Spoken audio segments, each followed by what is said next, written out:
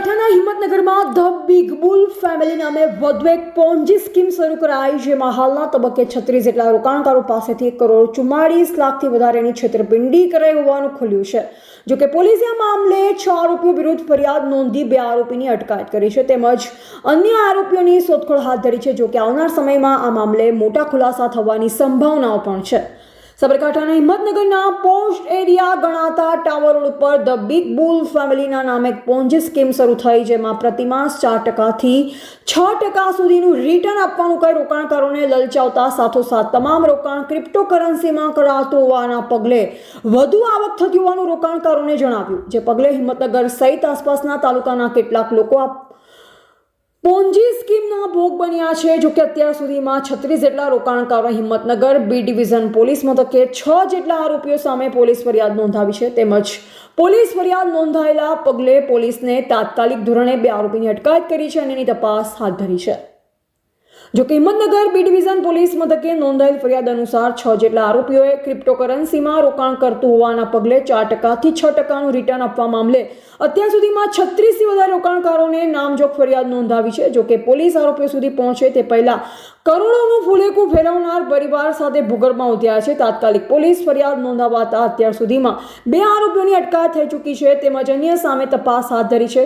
જોકે આવનાર સમયમાં આ મામલે વધુ ખુલાસા થવાની સંભાવના છે। જોકે આવનાર સમયમાં આ મામલે કેવા અને કેટલા ખુલાસા થાય છે એ તો સમય જ બતાવશે, પરંતુ હિંમતનગરમાં વધુ એક પોન્જી સ્કીમ સામે આવતા વહીવટી તંત્ર સહિત સ્થાનિકો પણ અચરજમાં મુકાયા છે। એવા રાજકમલસિંહ પરમાર, ભારતીય સ્મિતા, સાબરકાંઠા। સાબરકાંઠા જિલ્લાના હિંમતનગર બી ડિવિઝન પોલીસ સ્ટેશનમાં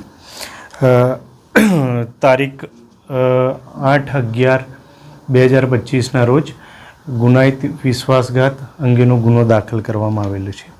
ગુનાની વિગત એ પ્રમાણે છે કે જે ફરિયાદી છે રણવીરસિંહ તથા અન્ય 35 સાહેદો છે, એટલે કે કુલ 36 સાહેદોના રાષ્ટ્રીયકૃત બેંક અને નાણાકીય સંસ્થાઓથી વધુ પ્રમાણમાં વળતર આપવાનું કહી હાલના જે ફરિયાદીમાં ઉલ્લેખ કરેલ 6 આરોપીઓ છે એ આરોપીઓએ એમનું રોકાણ કરાવેલું।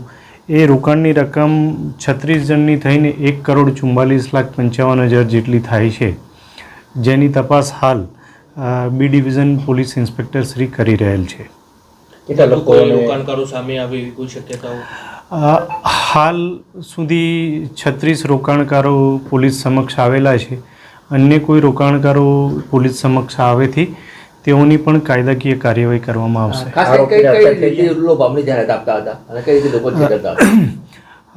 આરોપીઓ બિટકોઇન જેવી ક્રિપ્ટોકરન્સીમાં રોકાણ કરવાનું કહી વધુ વળતર મળશે 6થી 7% જેવું એવી લોભામણી લાલચ આપી રોકાણ કરાવતા હતા।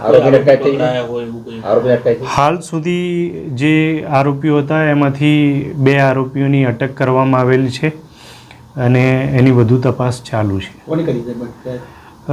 આરોપી શીતલબેન તથા વિપુલસિંહની અટકાયત કરવામાં આવેલ છે।